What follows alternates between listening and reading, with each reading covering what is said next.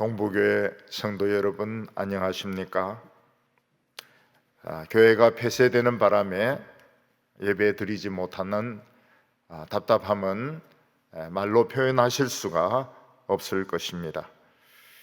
그러나 하나님은 분명히 뜻이 계셔서 우리의 유익을 위하여 지금 이런 시련을 주셨다고 저는 믿습니다. 그런데 감사한 것은 거의 대부분의 성도님들이 온라인으로 예배를 드리고 계신다는 사실입니다. 제 아내도 한번 보니까 마루에 큰 텔레비에 이 예배를 틀어놓고 혼자서 막 부흥회하고 있는 것을 봤습니다. 막 박수도 치고 막 기도도 뜨겁게 하고 그 말씀도 막 굉장히 잘 듣는 것을 보았습니다. 그리고 지금 확진이 되어서 좀 요양 중에 있는 성도님들도 이 스마트폰으로 이 예배 실황을 틀어놓고 부흥회를 하고 계신 것입니다. 거기서 막 은혜를 받고 눈물을 흘리고 참 하나님께 찬양을 드리는 이런 모습을 볼 수 있었습니다. 말씀만 있으면 우리에게 아무 문제가 없습니다. 확진으로 요양원에 계시고 또 병원에 계신 분들 하나님의 축복이 임하기를 바랍니다. 그리고 또 코로나로 인하여 혹시 여러 가지 염려를 가진 분이 계신다면 오늘 그 염려를 다 내려놓으시기를 바랍니다. 요즘 사람들은 대개 세상 살기가 너무 두렵다 이런 말을 하기도 하고 또 세상 살기가 참 힘들다 이런 말을 하기도 하고 차라리 죽었으면 좋겠다 이런 말을 많이 하는 것을 들을 수 있습니다. 그리고 그런 말이 그냥 엉터리 말이 아니라고 하는 것을 우리는 수많은 우울증 환자들, 정신질환자들, 또 자살하는 사람들을 통해서 우리는 그 근거를 찾아볼 수 있습니다. 우리가 세상에 사람으로 태어나서 한평생을 사람으로 산다는 것은 너무나도 귀하고 영광스러운 일입니다. 그러나 우리는 이 귀한 인생을 목적도 잘 모르고 뜻도 잘 모르고 그냥 죄를 짓고 또 불만을 가지고 살다가 이 아까운 인생을 허비할 때가 많은 것입니다. 얼마 전 신문에 사진을 보다가 저는 참 놀라운 모습을 보게 되었습니다. 그것은 이번에 세계 피트니스 대회에서 1등을 한 우리나라 어떤 여성의 전신 사진이었습니다. 이분은 피트니스, 보디빌딩을 했으니까 몸에 군살이 하나도 없고 몸 전체가 근육으로 되어 있었습니다. 너무나도 아름답고 멋진 모습이었습니다. 그런데 충격적인 것이 무엇인가 하면 오른손으로는 우승 트로피를 들고 있는데 왼팔은 어깨부터 없는 겁니다. 잘려져서 없는 모습이었습니다. 이분은 원래 미용사를 직업으로 하고 있었는데 친구들과 함께 춘천에 놀러를 가다가 교통사고를 당하면서 이 팔이 잘려지게 되었습니다. 그래서 친구들에게 내 팔 좀 갖다 줘. 그래서 그 팔을 들고 이걸 붙이려고 하니까 춘천에서는 그 기술이 없는 겁니다. 그래서 헬기를 타고 서울에 있는 큰 병원에 가서 이 팔을 이제 붙이려고 하니까 이미 이분은 경추나 척추에 19군데가 골절이 되어 있어서 이 팔을 붙일 수가 없었습니다. 그래서 결국 이분은 팔을 붙이지 못하고 어깨부터 왼팔이 하나도 없는 그런 장애인으로 살게 되었습니다. 이분은 팔이 없으니까 미용사 직업을 할 수가 없었습니다. 그래서 내가 이런 상태에서 살아서 뭐하나, 직장도 없어지고 팔도 없어지고 직장도 없어지고 순식간에 그냥 장애인이 되어가지고 내가 이런 상태에서 살아서 무엇을 하나. 그래서 죽는 것을 많이 생각을 했다고 합니다. 근데 이분이 그 재활 훈련을 받으러 병원에 가면서 보니까 자기보다 더 심한 분이 있는 것을 보았던 것입니다.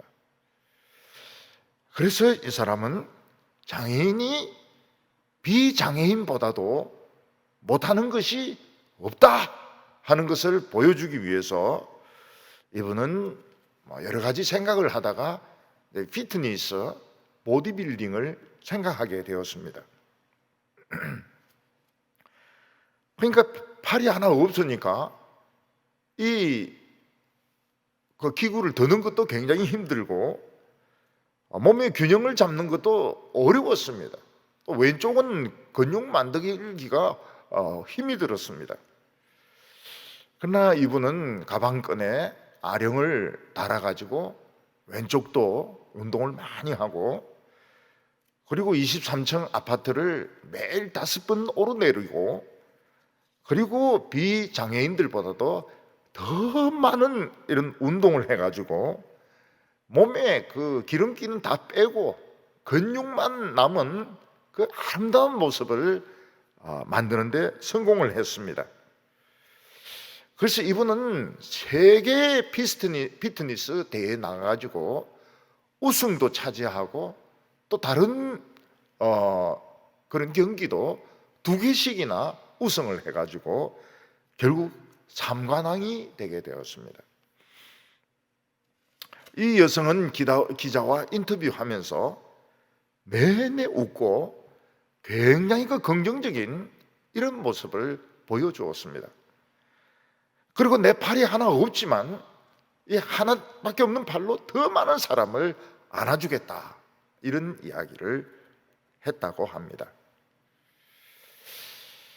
팔이 하나 없어도 비정상인 이상의 그 의지와 노력으로 최고로 아름다운 몸매를 만들어서 피트니스 대회에서 1등을 하고, 또 하나밖에 없는 이 팔로 다른 사람들 더 많이 안아주겠다. 참 멋진 모습이고 멋진 인터뷰였습니다. 지금까지는 어린이들이 청소년이 되고 청년이 되면서 좋아하고 공부하고 중학교 공부 따라가고 고등학교 공부 따라가고 좋은 대학에 들어가서 직장을 가지는 것을 인생의 이제 목표로 생각을 했습니다. 근데 요즘은 이 인생의 목표가 될 수가 없다. 이거 뭐 다들 이렇게 하는 건데 내 인생을 왜 이런 식으로 허비를 하나, 이렇게 생각하는 사람들이 조금씩 생겨나게 되었습니다. 그래서 어떤 여학생은 호주에서 어릴 때부터 커서 고3이 되었습니다. 근데 그는 대학 들어가는 것을 포기하고 목수가 되었습니다. 지금 목수 3년 차가 되어서 집을 만드는데 못을 받고 톱질을 하고 대피질을 하고 있습니다. 어떤 여학생은 이화여고를 나오고 연세대를 졸업했습니다. 근데 직장 생활을 하는데 자기하고 잘 안 맞는 것 같아요. 그래서 이분은 직장에 사표를 내고 도배를 배웠습니다. 도배사가 되었어요. 그래서 이 사람은 도배를 하면서 사는 겁니다. 연대까지 나와가지고 도배를 하는 것입니다. 기자가 왜 좋은 대학교를 나와가지고 도배를 하면서 삽니까? 이래 물어보니까 내가 직장에 다니면서 보니까 직장에 매이고 위에서 시키는 일만 해야 되고, 그리고 막 스트레스가 막 쌓이는데 이 도배는 내가 하고 싶은 일이고 그냥 내가 하고 싶은 대로 일하니까 나는 훨씬 더 만족스럽다, 이런 이야기를 했습니다. 어떤 여성은 아이를 낳았는데 아이 3명이 되니까 직장에서 막 휴가도 주지 않으려고 합니다. 직장에서 막 싫어하는 이런 분위기인 겁니다. 그래서 이 사람은 그 직장에 사표를 내고 해녀가 되었습니다. 그 해녀로 물질을 하면서 뭐 해삼 전복 같은 거 건져내는데 수입은 일정치가 않다고 그래요. 근데 하루에 딱 4시간만 물질을 하는 겁니다. 그리고 나머지 시간은 아기하고 지내고 또 자기 하고 싶은 일을 한다고 합니다. 이 물질은 운이 좋으면 하루 한 30만 원까지 벌 수 있다고 그럽니다. 다른 어른들은 왜 대학까지 나와서 노가다를 하느냐 이렇게 책망을 하시지만 자기들은 노가다가 어땠어? 이러면서 자기 직업에 만족을 느낀다는 것입니다. 그래서 그 직장에서 이제 직업을 연구하는 분들이 그 직업 만족도를 조사해 보니까 이렇게 그 도배를 하고 또 이 물질을 하고 뭐 목수하고 이런 분들이 직업 만족도가 90도가 넘는 거, 90% 넘는 것입니다. 우리나라 고등학생들 70%가 대학 들어갑니다. 대학 들어가고 졸업하고 난 뒤에는 취직의 문이 굉장히 좁습니다. 그래도 감사한 것은 저희 교회 여러 청년들은 직장도 가지시고 공무원도 되시고 그리고 뭐 여러 가지 일을 하지만 전체적으로 보면 너무 취업의 문이 좁습니다. 그러나 이런 청년들은 내 인생을 그렇게 살고 싶지 않다, 나는 더 내 인생 보람된 인생을 살겠다. 그래서 그 사람들은 남이 걷는 길을 걷지 않고 그냥 중간에 그만둬 버리고 물속에 다이빙을 하고 목수일을 하고 도배를 하고 또 타일을 붙이는 사람도 있습니다. 타일을 붙이는 사람도 그런 이야기를 해요. 아주 수입이 많다고. 요즘은 이 어술이 발달해 가지고 노인들이 점점 많아지는 것을 볼 수 있습니다. 노인 숫자는 많아지지만 이 노인들이 자신이 뭘 해야 될지 몰라 가지고 참 매일 똑같은 생활을 반복하고 재미없는 이런 인생을 사시는 것을 볼 수 있습니다. 그래 더 늙으시면은 요양병원에 들어가시든지 요양원에 들어가시든지 이런 것을 보게 됩니다. 우리가 인생을 살면서 지겨움을 느끼고 의욕을 느끼지 못하는 것은 새로운 것이 없기 때문입니다. 심지어는 어린아이도 똑같은 그 장난감 가지고 놀면 집어 던져버립니다. 하물며 어른들은 어떻겠습니까? 똑같은 일을 그냥 20년, 30년 반복한다면 굉장히 지겨울 것입니다.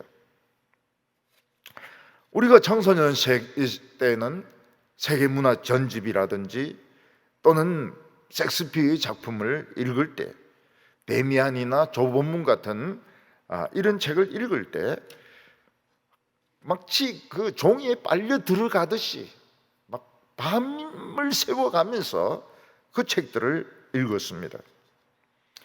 근데 이제는 그런 책 안 읽습니다. 왜냐하면 다 읽었거든요. 새로운 것이 아니거든요. 이미 알고 있기 때문에 옛날 같은 그런 호기심을 느끼지 않는 것입니다. 옛날 영화도 사운드 오브 뮤직이라든지 무기여 자리 거라든지 바람과 함께 사라지다, 이런 영화는 그 감동적으로 보았습니다. 그러나 지금은 그 영화를 그렇게 감동적으로 보지 않고 봐도 옛날 같은 감동이 생기지 않습니다. 왜냐하면 스토리를 다 알고 있고 옛날에 이미 보았고 다 아는 내용이기 때문에 재미가 없는 것입니다. 사람은 변화를 원합니다. 누구든지 자꾸 변하고 무엇이든지 새로운 것은 실증이 나지 않지만 똑같은 일을 10년, 20년 한다면 재미가 없고 실증이 날 것입니다. 솔로몬은 하나님의 축복을 받아서 어느 누구보다도 지혜와 학문이 깊었고 그는 돈이 굉장히 많았습니다. 그는 세계 역사에 남을 만한 성전과 왕궁을 지었습니다. 그러나 그는 자신의 인생에 만족을 하지 못했습니다. 그래서 부인을 1000명이나 구해가지고 살았습니다. 1000명의 부인이라고 하는 것은 요즘으로 치면은 1000명의 미인을 모으는 것이고 육체의 정욕에 빠져서 사는 것입니다. 포르노로 치면은 엄청난 포르노인 겁니다. 그는 1000명의 이 여성들과 같이 살면서도 만족하지 못하고 인생은 헛되고 헛되며 헛되고 또 헛되고 또 헛되도다라고 말을 하고 있습니다. 여기서 헛되다는 말은 지루하고 재미가 없고 내가 살아야 되는 목적을 모르겠다, 그런 뜻인 것입니다. 솔로몬은 왜 자기 인생이 부족한 거 하나도 없으면서 그렇게 지겨운지 이유를 생각을 해보았습니다. 그 첫째는 무엇인가 하면 자기에게는 이미 새로운 것이 없다는 것입니다. 해 아래 그에게는 새로운 것이 없었습니다. 두 번째는 새로운 것을 추구하기에는 나이가 들면서 힘이 없는 것입니다. 결국 인간이 나이가 들게 되어 있습니다. 자신이 아무리 젊다고 생각해도 나이가 들게 되어 있고 나이가 들면은 그 좋은 호기심은 없어지고 나쁜 욕망만 남게 되는 것입니다. 그래서 옛날같이 막 새로운 것을 찾아서 막 추구에 들어갈 수가 없습니다. 나쁜 욕망만 남아 있습니다. 성적인 쾌락을 추구하든지 명예를 추구하든지 돈을 모으든지 그런 욕망만 남게 되는 것입니다. 그리고 세 번째로 생각해 보니까 모든 사람들은 자기가 죽고 난 뒤에 사람들이 자기를 기억해 주기를 바라고 있는 것입니다. 그래서 사람들은 죽는 것을 두려워합니다. 죽으면 며칠은 슬퍼합니다. 그렇지만 땅에 묻어버리고 그 사람 없이 이 세상은 그냥 유지가 되는 것입니다. 자기는 없어지는 것입니다. 사람들은 그것을 두려워하고 있다는 것을 솔로몬은 알게 되었습니다. 오늘 어떻게 하면 우리가 새로워질 수 있느냐? 어떻게 하면 우리가 좋은 욕망을 가질 수 있느냐? 어떻게 하면 우리가 죽음을 두려워하지 않을 수가 있느냐?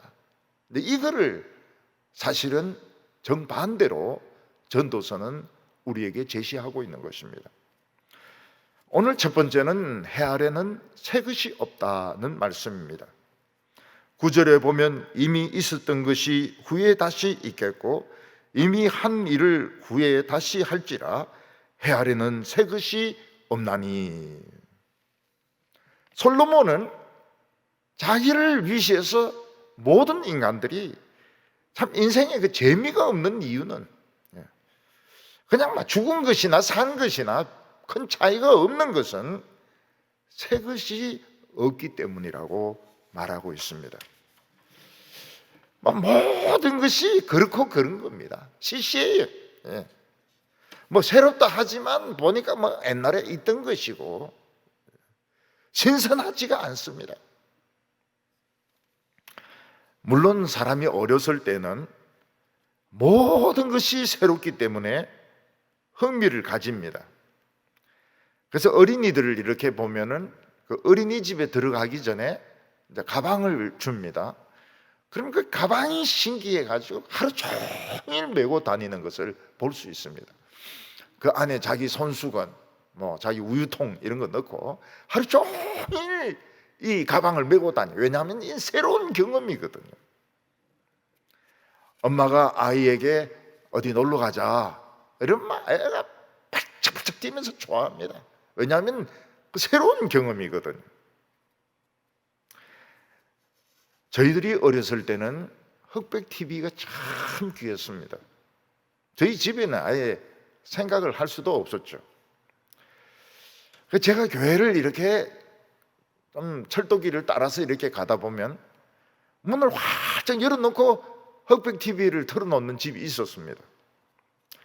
저는 이제 그 집 앞에서 그 흑백 TV를 봤습니다. 교회 가다가 한번 보고 오다가 한번 보고 이렇게 했는데 그때 재미있는 프로가 도망자라는 것과 컴뱃, 전투라는 이런 드라마가 참 재미있었습니다. 흑백이죠. 이 도망자는 자기 부인을 죽였다는 그런 혐의를 가지고 경찰을 피해서 도망을 쳐서 이제 목수일도 하고 무슨 일도 합니다. 그러다가 좀 정착해서 살려고 하면 또 형사가 찾아와요. 어떤 여자를 만나가지고 좀 사랑하려고 그러면 또 형사가 찾아옵니다. 그래서 계속 도망 다니기 때문에 이 도망자 프로는 끝나지가 않아요. 계속 잡히기 전까지는 이 도망자는 계속되었습니다. 큰 배 전투는 미군 일개 소대가 이제 이렇게 다니면서 독일군하고 전투하는 그런 모습입니다. 거기 보면 항상 미군은 착하고 의롭고 독일군은 항상 못됐고 죽어야 될 놈이고 그런 식으로 그 내용이 나옵니다. 대단했죠. 텔레비가 나왔다는 건 대단했습니다. 그런데 지금은 흑백 TV를 보는 분 아무도 없습니다. 왜냐하면 평면 텔레비가 나왔습니다. 해상도가 굉장히 높습니다. 얼굴에 점들, 등에 있는 점들 다 나오고 있습니다. 그리고 위성 케이블을 통해서 하루에 수백 편의 영화를 막 쏟아 놓습니다. 그래서 영화 보는 것도 지겨워요. 할 일 없는 분들이 하루 종일 영화 보는 것도 지겹습니다. 왜냐하면 이 프로에는 이 영화 나오고 저 프로는 저 영화 나오고 영화가 너무 많이 나오니까 영화 보는 것도 지겨운 겁니다. 옛날에 비해서는 대단하죠. 그러나 재미가 없어요.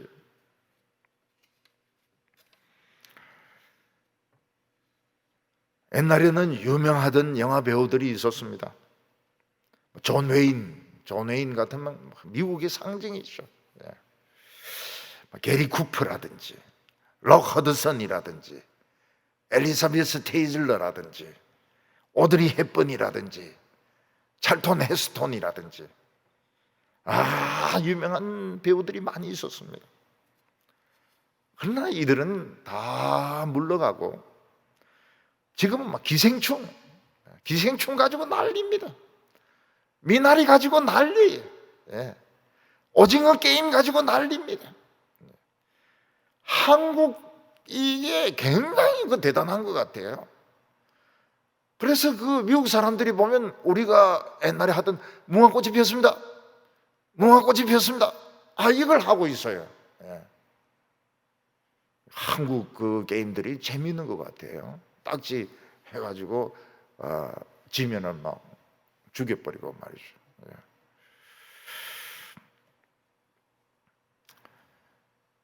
지금은 이런 배우들 기억도 못할 겁니다. 엘리자베스 테일러 기억 못합니다. 오드리 헵번 기억 못합니다. 찰통 헤스통 아무도 기억 못합니다. 우리 그럴 때는 찰통 헤스통은 참 영웅이었죠. 영웅이었습니다. 그 사람은 식기에도 나오고 그 다음에는 뭐 배너에도 나오고 참 훌륭한 분이었는데 아무도 기억을 못합니다. 옛날에는 집집마다 전화가 굉장히 귀했습니다. 그래서 사람들이 전화할 일이 있으면은 공중전화 박스 앞에 쭉 줄을 서가지고 전화를 걸곤 했습니다. 전화를 너무 오래 하면은 어른들이 막 야단을 쳤으면 전화 끊으라고, 전화비 많이 나온다 하면서 전화를 끊으라고 했습니다. 밤늦게 전화하면은 막 야단을 쳤습니다. 지금 몇 시인데 전화를 하느냐고. 근데 핸드폰이 나오게 되었습니다. 집에서 전화 오래 거는 것도 전화비 많이 나온다고 야단치는 어른들이 이 비싼 그 핸드폰을 사겠느냐? 그거는 완전히 잘못된 생각이었습니다. 거의 모든 사람들이 핸드폰을 다 샀습니다.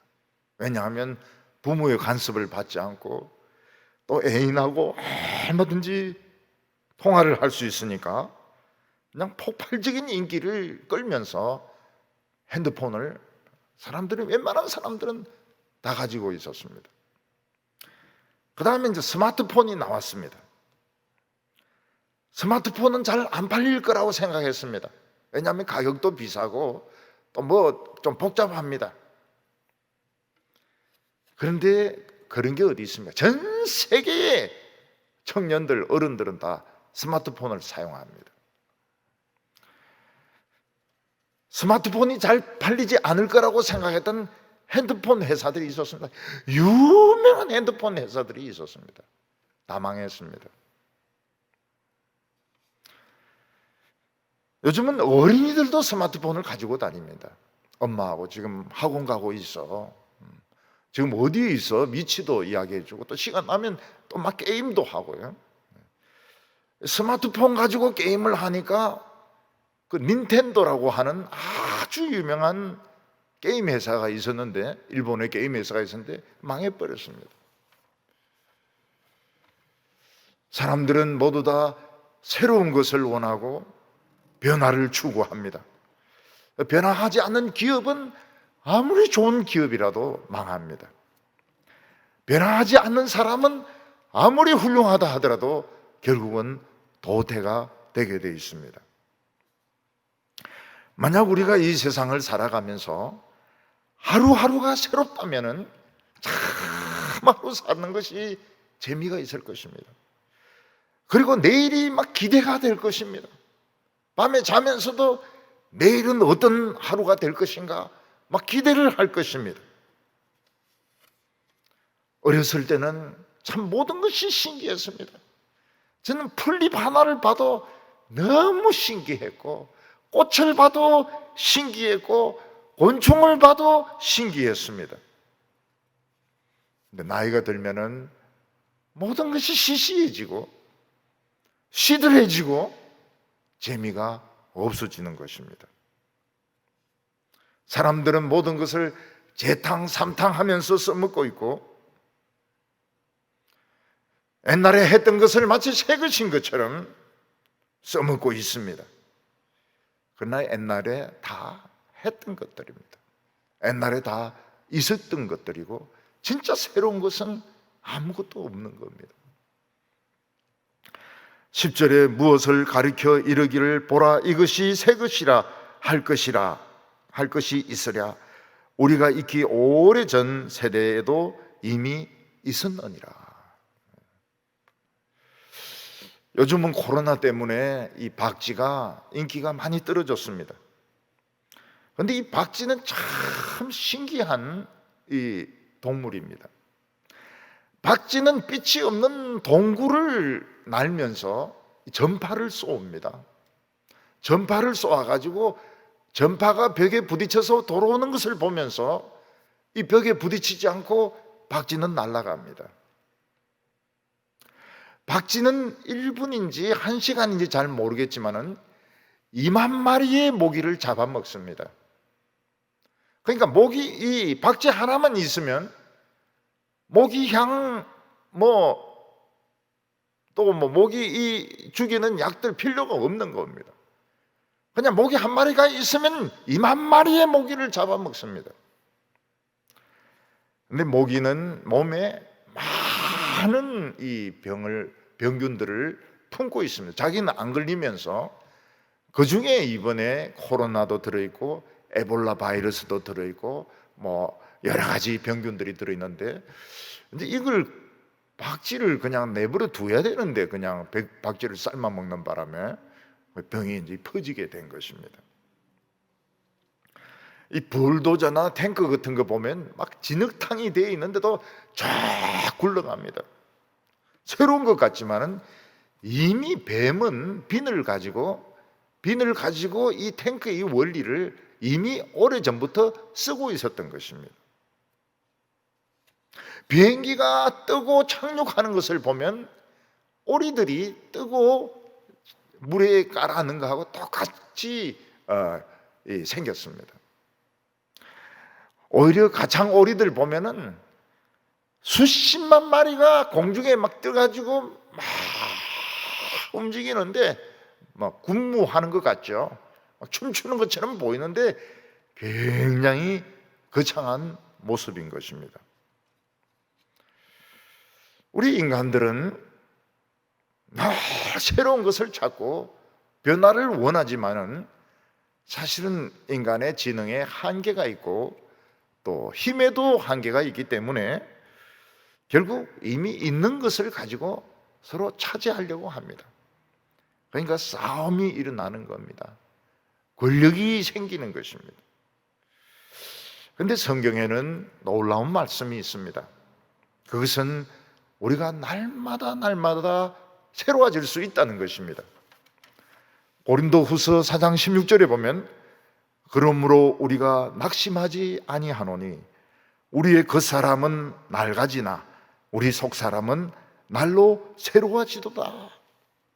우리가 이 세상에 되어지는 일들 또 우리 자신이 늙어가는 모습을 보면 낙심이 되지만 우리가 낙심할 필요가 없는 것은 우리 늙어가는 것은 그 사람뿐이고 우리 속사람은 날로 새로워지고 있다고 말씀을 하고 있습니다.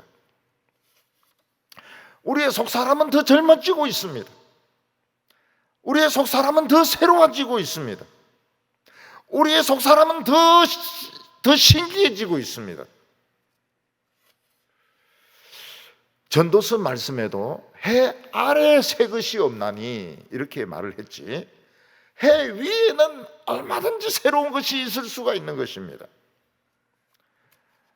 우리가 이 세상에 있는 것을 추구하고 이 세상에 있는 것을 전부라고 생각한다면 우리는 지겨워지고 삶의 의미를 잃어버릴 수밖에 없지만은 태양 위에 있는, 해 위에 있는 하나님을 찾고 해 위에 있는 하나님의 말씀을 들으면 우리 육신은 어쩔 수 없이 늙어가지만 우리의 마음은 늘 새로워지고 늘 젊어지고 늘 신선해진다고 말씀하고 있습니다.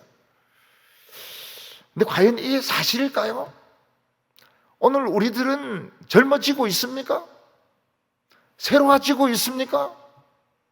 신선해지고 있습니까? 매일 똑같은 생활을 반복하고 있지 않습니까? 우리 자신은 이것을 못 느낄 수 있습니다. 근데 우리가 예수 믿지 않는 친구들 한 5년이나 10년 만에 만나면 어떻습니까?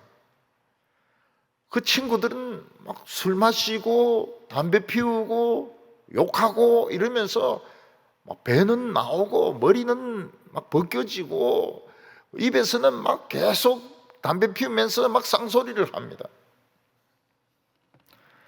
근데 우리는 그 5년, 10년 동안 너무 많은 말씀을 들었고, 우리 너무 젊어졌습니다. 그래서 우리는 이 동창들이나 친구들 만나면 놀랍니다. 우리 동창 친구들이 너무 늙었다는 사실에 대해서. 거기에 비해서 저희들은 애 같아요.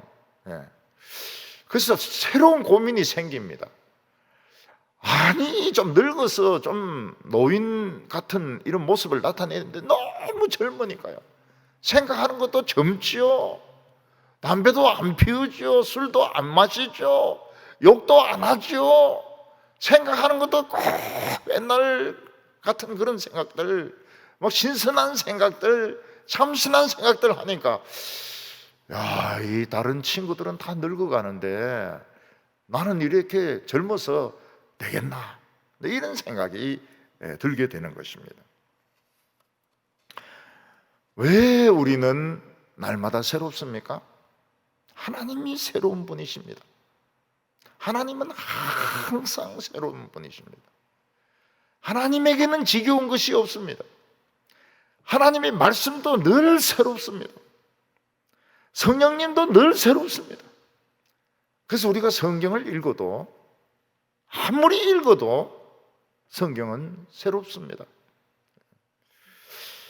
오늘 두 번째는 이 사람들이 가지고 있는 이 권태에 대한 문제입니다. 8절 말씀 보면 모든 만물이 피곤하다는 것을 사람이 다 말로 말할 수 없나니 눈은 보아도 족함이 없고 귀는 들어도 가득 차지 않도다. 전도자는 만물이 매일 똑같은 행동을 하려고 하니까 해도 동쪽에서 떴다가 서쪽으로 지고 이걸 매일 반복하고, 별도 떴다가 지고 별도 떴다가 지고 비도 내리고 꽃도 피고 그리고 다 떨어지고, 이렇게 하려면 굉장히 피곤하다는 식으로 말을 하고 있습니다. 그런데 오늘 말씀은 두 가지 방향으로 해석할 수 있습니다.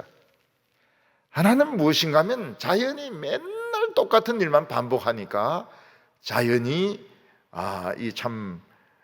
피곤하다.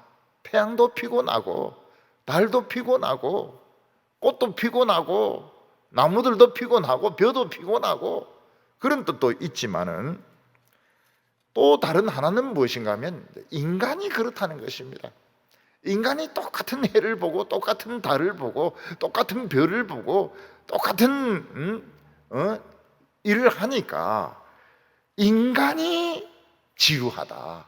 만물이 지루한 것이 아니고 인간이 지루하다, 이렇게 볼 수 있습니다. 인간은 똑같은 것을 매일 보고 매일 들으면 권태를 느끼게 되어 있습니다. 여기 보면 눈은 자꾸 봄으로 해서 지루하고, 귀는 계속 아무리 들어도 가득 차지 않는다, 이런 말을 하고 있습니다. 우리가 젊었을 때는 새 책을 구해가지고 읽으면 참 너무너무 재미가 있습니다. 어떤 때는 밥 먹는 것을 잊어버리고 책에 빠져 있을 때도 있습니다. 또 귀로 듣는 것도 얼마나 좋은지 밤새도록 클래식 음악과 재즈 음악을 들으면서 밤을 새울 때도 있습니다. 그래서 젊었을 때는 음악에 미치고 미술에 미치고 책에 미치는 이런 아이들이 있습니다. 근데 나이가 들면 옛날에 막 눈물 흘리면서 들었던 그 음악에서 눈물이 나오지 않습니다. 왜냐하면 많이 들었기 때문에, 시시하기 때문입니다. 또 책도 다시 읽고 싶지가 않아요. 왜냐하면 그 옛날에 다 읽었던 글이고 스토리도 다 알고 있고 재미가 없는 것입니다. 그리고 똑같은 소리를 자꾸 들으면 부인이나 직장의 상사로부터 똑같은 이야기를 여러 번 들으면 이게 잔소리가 되게 됩니다. 그래서 기분이 나빠져요. 굉장히 기분이 나빠집니다. 어렸을 때는 모든 것이 새롭기 때문에 호기심이 많습니다. 그리고 뭔가 새로운 것이 있으면 막 해보려고 합니다. 어린이들은 이 전기가 신기합니다. 그래서 방에 전기 콘센트가 있으면 젓가락 같은 걸 꽂아 넣어가지고 감전이 되기도 하고 합선이 되기도 하고 전기가 나가기도 하고 그렇습니다. 아이들은 동물원에 가는 거 좋아합니다. 왜냐하면 너무 다양한 그 짐승들이 있기 때문에, 기린이라든지 뭐 호랑이라든지 거북이라든지 하마라든지 뭐 이런 뱀 종류 같은 것들이 있기 때문에 뭐 동물은 너무너무 재미있어 합니다. 청년기가 되면 막 이성에 빠져가지고 막 이성만 보면 막 좋아합니다. 예배 드릴 때도 막 이성하고 앉아 있으면은 막 기분이 막 굉장히 좋고 막 몸이 막 저절로 뜨거워지는 것 같습니다.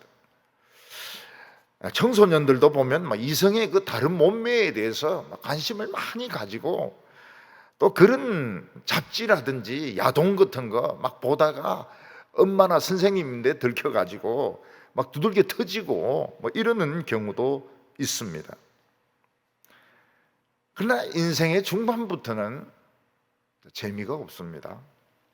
왜냐하면 공부도 시시하고 다 했고, 공부도 시시하고 연애도 시시하고 연애도 다 해봤고,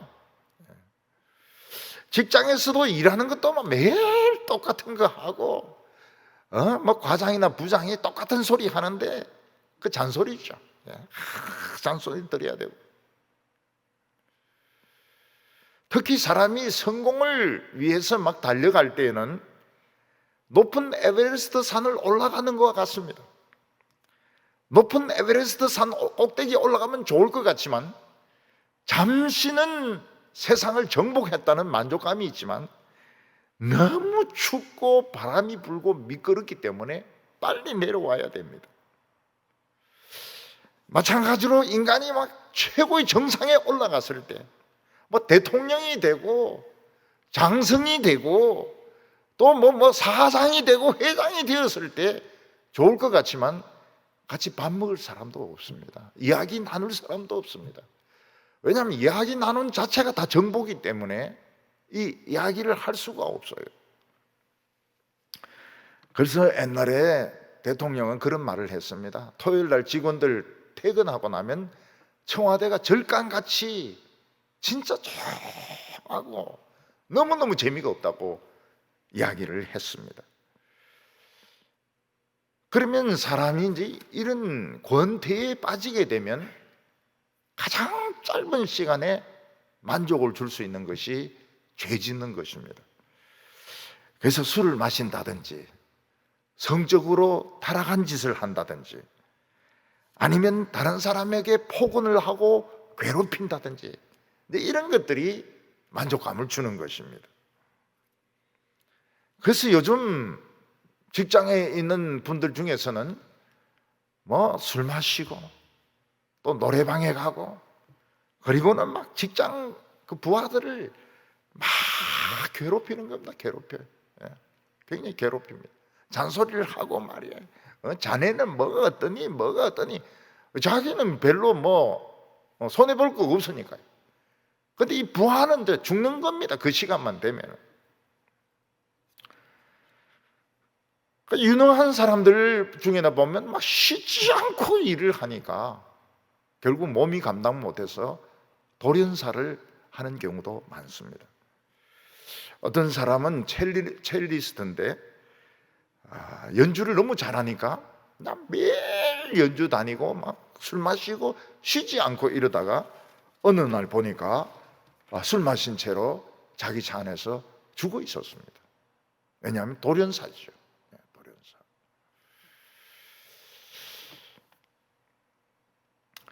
그래서 이 성공한 사람들 중에서 예수 안 믿는 사람은 이 망하는 겁니다.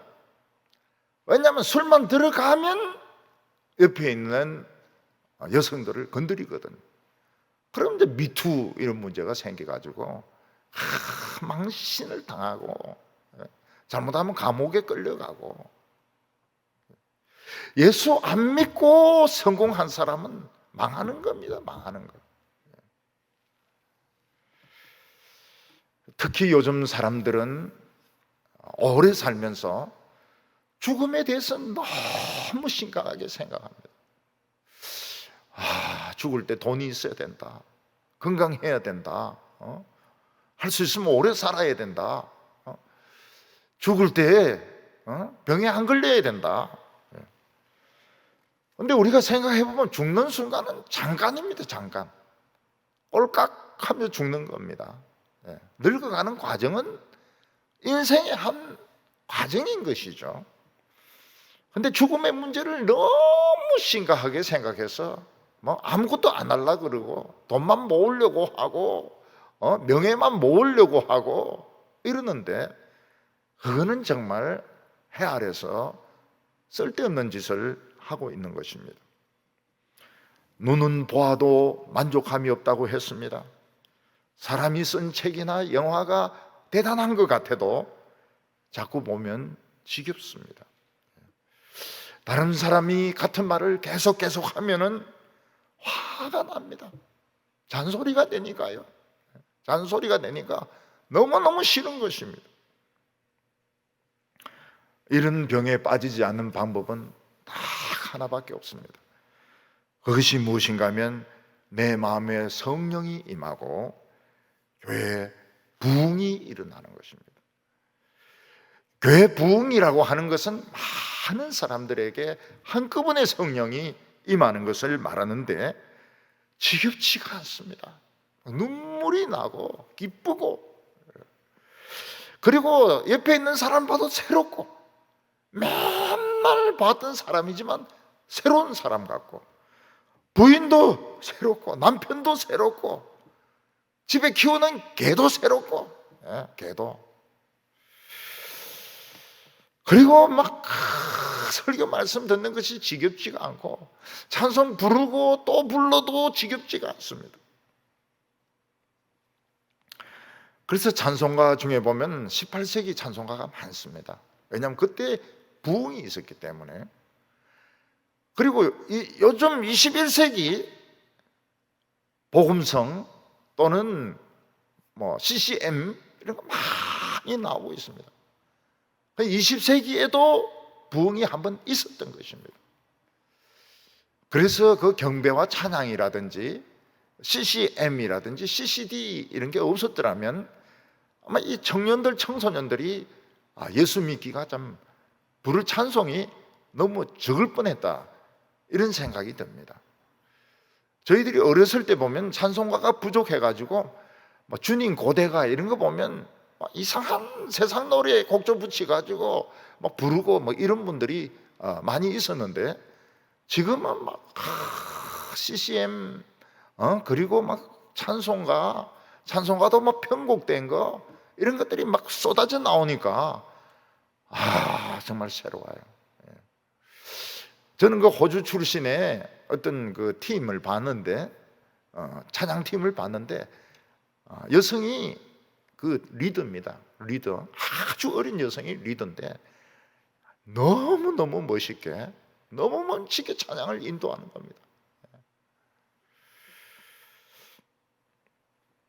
부흥이 일어날 때 감동이 너무 신선하기 때문에 우리는 그 표정까지 10년, 20년 지나도 기억을 합니다. 저는 청년들과 수련회를 가지면서 20년 지나고 30년 지나고 난 뒤에 물어보면 전부 기억이 다 난다는 거예요. 설교도 다 기억난다는 겁니다. 설교도 다 기억난다. 제가 한번 전북대학교에서 사사기를 설교하면서 그 공룡 이야기를 했습니다. 공룡. 우리 안에는 주라기의 공원처럼 공룡들이 살고 있다. 이게 이제 욕망인 것이죠. 그 학생들이 하루 전도록 공룡 하면서 뛰어다니는 겁니다. 공룡. 지금도 그 공룡을 기억을 해요. 잊혀질 수가 없다는 것입니다. 어떤 분은 저에게 편지를 보내가지고 교사 대회에서 설교 들은 거 첫날, 두 번째 날, 세 번째 날 저는 잊어버렸어요. 근데 그걸 다 기억하고 있는 겁니다. 참, 이 눈은 보아도 만족스럽지 못하고 귀는 들어도 참 피곤하다고 했는데 부흥이 일어나면 우리 어린이들도 할렐루야 하고 막 어른들도 막 신바람이 나가서 여성 부흥회 같은 데 보면 막 수천 명의 여성들이 와가지고 막 박수 치면서 그 말씀 듣고 눈물 흘리고 기도하는데 참 아름다운 것을 볼 수가 있습니다. 오늘 마지막으로는 사람들 속에는 죽은 후에 자신에 대해서 걱정을 많이 하고 있는 것입니다. 11절에 이전 세대들이 기억됨이 없으니 장래 세대도 그 후 세대와 함께 기억됨이 없으리라. 이 사람이 이제 죽음을 두려워하는 것은 죽어버리면 사랑하는 사람, 내가 아는 사람과 다 헤어지게 됩니다. 영원히 이별되게 됩니다. 그리고 자기가 가지고 있는 그 물건들, 연구한 것들, 평생 모은 것들 다 두고 떠나야 됩니다.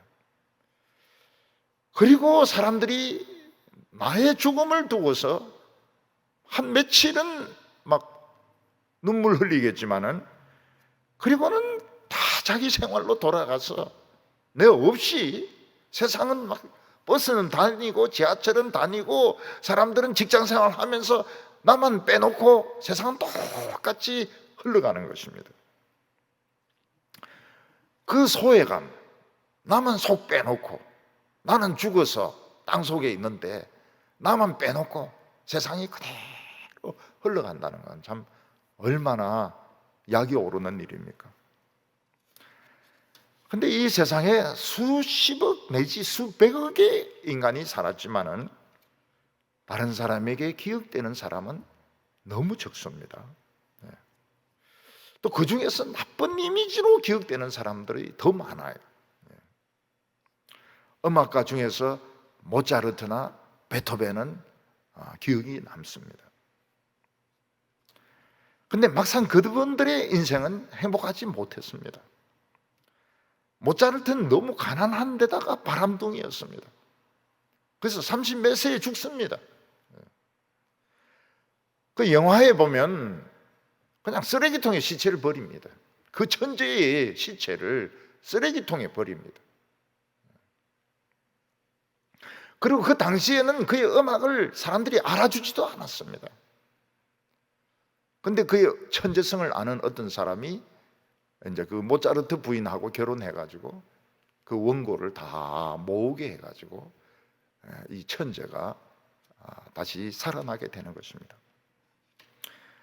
베토벤은 청각이 어두워지게 되어서 자기가 마지막으로 심혈을 기울여서 작곡한 그 합창을 자기가 지휘를 합니다. 그래서 지휘가 끝난 후에 사람들이 전부 일어서서 박수치고 환호하고 소리 지르는 것을 듣지를 못합니다. 왜냐하면 귀가 어두웠기 때문입니다. 귀가 어두웠기 때문에 아무것도 듣지를 못하는 겁니다. 멍청하게 있는 겁니다. 바람과 함께 사라지다, 얼마나 대담한 작품입니까? 그 마가렛 미첼은 그거 쓰고 욕을 무지무지하게 많이 먹었습니다. 이걸 너가 쓸 리가 없다는 거예요. 딴 사람이 쓴 거를 너가 썼다고 한다, 그런 의혹이 계속 있었습니다. 근데 그게 좀 없어지고 난 뒤에는 왜 이 편은 또 안 쓰느냐, 그 뒤에는 어떻게 됐느냐, 또 막 사람들이 공격했습니다. 그러다가 교통사고로 이 사람은 죽습니다. 행복하지가 않았어요. 유명하기는 했지만 행복하지 않았습니다. 빨간머리 애널슨 루시 몽고메리, 한때는 전 세계 어린이들이 앤이라는 애가 진짜 있다 생각해가지고 앤에게 막 편지를 보냅니다. 근데 그는 어머니가 일찍 돌아가시고 아버지는 돈 벌러 가고 외할아버지, 외할머니 엄격한 그분들 밑에서 자랍니다. 나중에 아버지가 재혼을 해가지고 루시를 부릅니다. 그때 새엄마는 루시를 막 식모처럼 부려먹었다고 합니다. 그때 루시가 살 수 있는 유일한 길이 글 쓰는 겁니다. 일기 쓰는 겁니다. 그 소설을 여러 번 썼지만 전부 다 퇴짜 당했습니다. 수준이 떨어진다 해가지고. 그러다가 그가 딱 어느 날 영감이 떠올랐는데, 남자 고아를 원하는데 여자 고아가 왔다. 여자 고아를 데리고 왔다. 거기서 이제 착상을 해가지고 이 빨간 머리 앤을 썼는데, 이게 이제 세계적인 돌풍을 일으키게 되는 것입니다. 근데 그는 결혼을 했는데 남편이 목사입니다. 남편이 심한 우울증 환자였습니다. 그리고 큰아들을 굉장히 사랑했습니다. 근데 큰아들만큼 속을 썩이고 문제를 일으킨 아들이 없었습니다. 반고호는 해바라기, 자화상, 별이 빛나는 밤, 너무너무 참 막 살아있는 것 같은 그런 그림을 그렸습니다. 그러나 그는 한평생 그림을 한 장도 팔지 못했습니다. 그래서 동생이 주는 돈 가지고 겨우 먹고 살았습니다. 사실은 고호가 그림 하나 딱 팔았는데 그것도 동생이 다른 사람을 통해 가지고 산 것이었습니다. 그림을 하나도 못 팔았어요. 이 사람은 한때 고갱하고 같이 살았습니다. 노란 집에서. 근데 고갱하고 의견이 안 맞아가지고 헤어지고 귀를 잘라버렸습니다. 자기 귀를 잘라버렸습니다. 그리고 정신병원에 들어가서 오래 있으면서 거기서도 막 그림을 그립니다. 나중에 근총자살을 하는데 심장을 못 맞추고 딴 데를 맞춘 거예요. 그러니까 이 사람이 2, 3일 고생을 더 하다 죽습니다. 뭐라고 말했습니까? 나는 자살조차도 제대로 못하는 쓸모없는 인간이다. 이런 이야기를 했습니다. 우리나라에 성공한 목회자들이 여러 분 계십니다. 그러나 그분들이 돈 문제나 여자 문제나 교회를 차지하는 문제, 이런 욕심만 안 가졌더라면 세계적인 설교자로, 목회자로 유명할 분들이 많이 있었습니다. 근데 그들은 욕심 때문에, 돈 욕심 때문에, 그들은 명예욕 때문에, 그들은 이 건물에 대한 욕심 때문에 쌓은 명성을 다 잃어버리고 인생을 망치게 된 것입니다. 결국 사람들은 자기 이름을 남기고 싶습니다.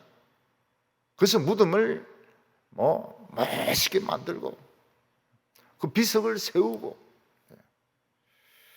또 자기 자서전을 쓰고 자기 동상을 만들고.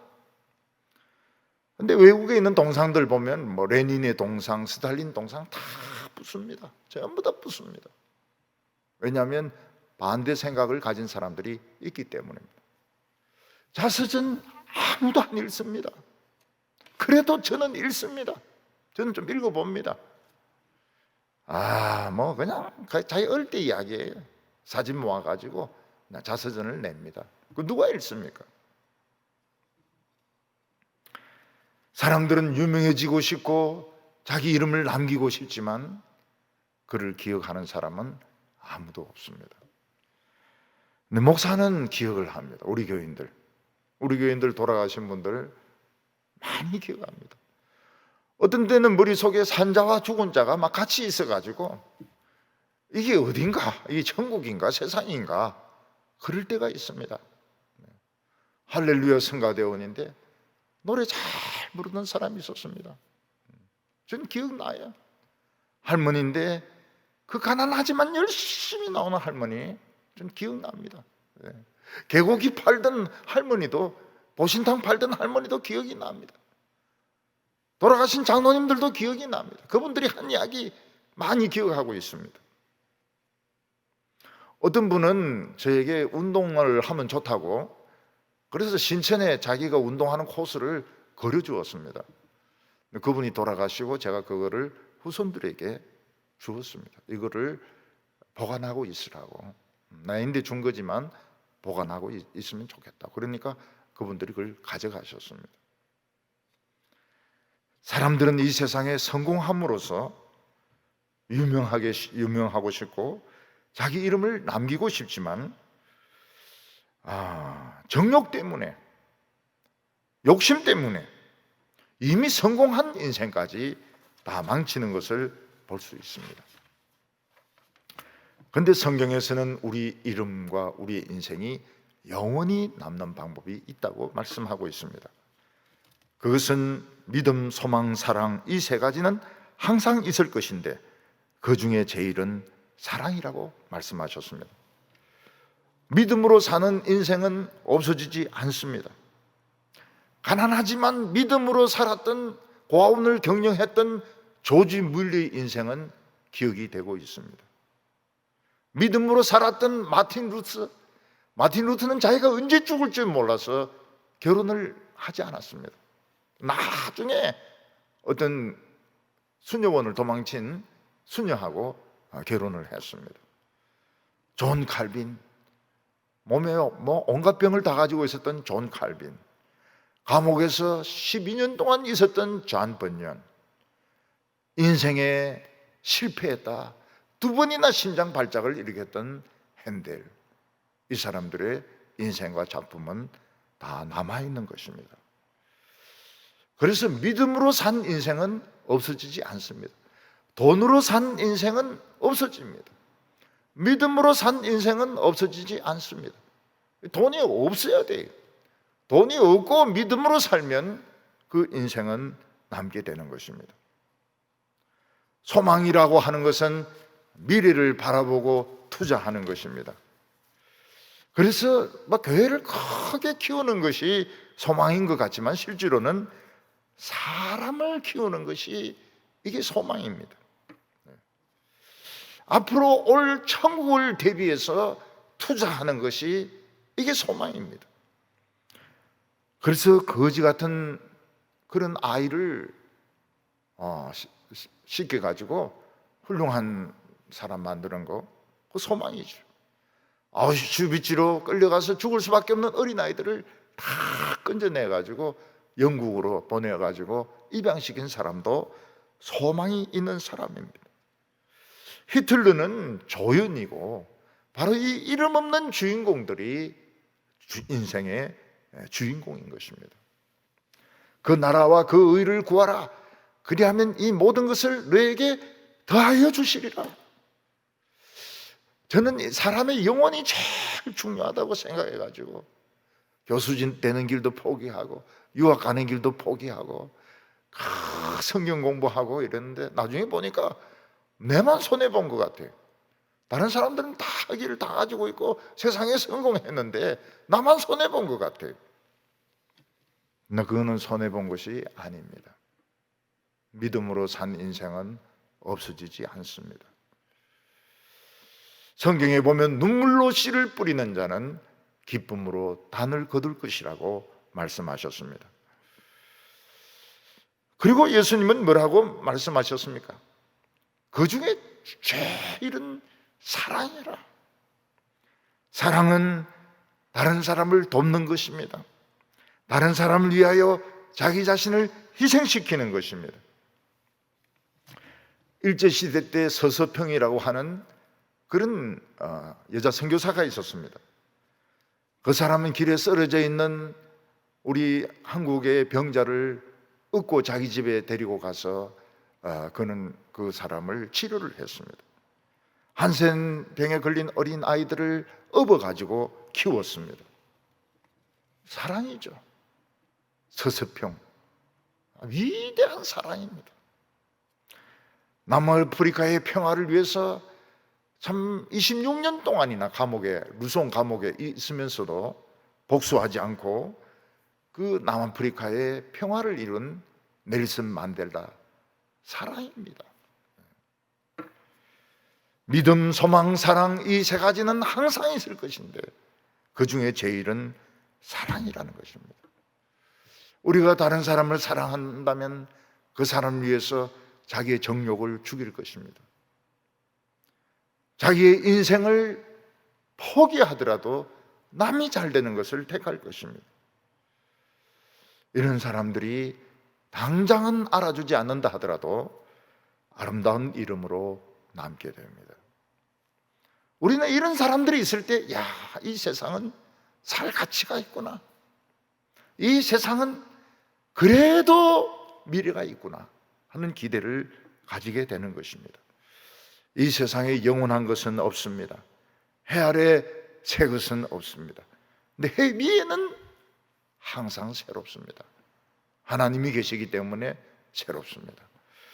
우리 성도님들 가운데서 참 인생이 지겹다고 재미없다고 생각하시는 분들, 태양 위를 바라보시고 우리의 육신은 늙어가지만 늘 새로워지는 성도님들 되시기를 바랍니다. 기도드리겠습니다. 온 천지 만물을 만드신 하나님, 하나님의 크고 위대하심을 찬양합니다. 오늘 저희들에게 주의를 허락하여 주셔서 디아스포라로 흩어진 곳에서 예배드리게 하여 주심을 감사합니다. 요즘 사람들은 너무나도 살기 힘들다, 참 죽고 싶다, 너무 사는 것이 지겹다, 이런 이야기를 하는데 그것은 이 태아래 새로운 것이 없기 때문입니다. 하나님 아버지, 오늘 이 시간 우리에게 성령을 부어주시고 부흥이 일어나게 하여 주시옵소서. 설교 말씀을 듣는 모든 성도들에게 큰 부흥회가 일어나게 하여 주시옵소서. 병자들이 다 낫게 하여 주시옵소서. 인생이 참으로 살 가치가 있는 인생이 되게 하여 주시옵소서. 예수님의 이름으로 기도하옵나이다. 아멘.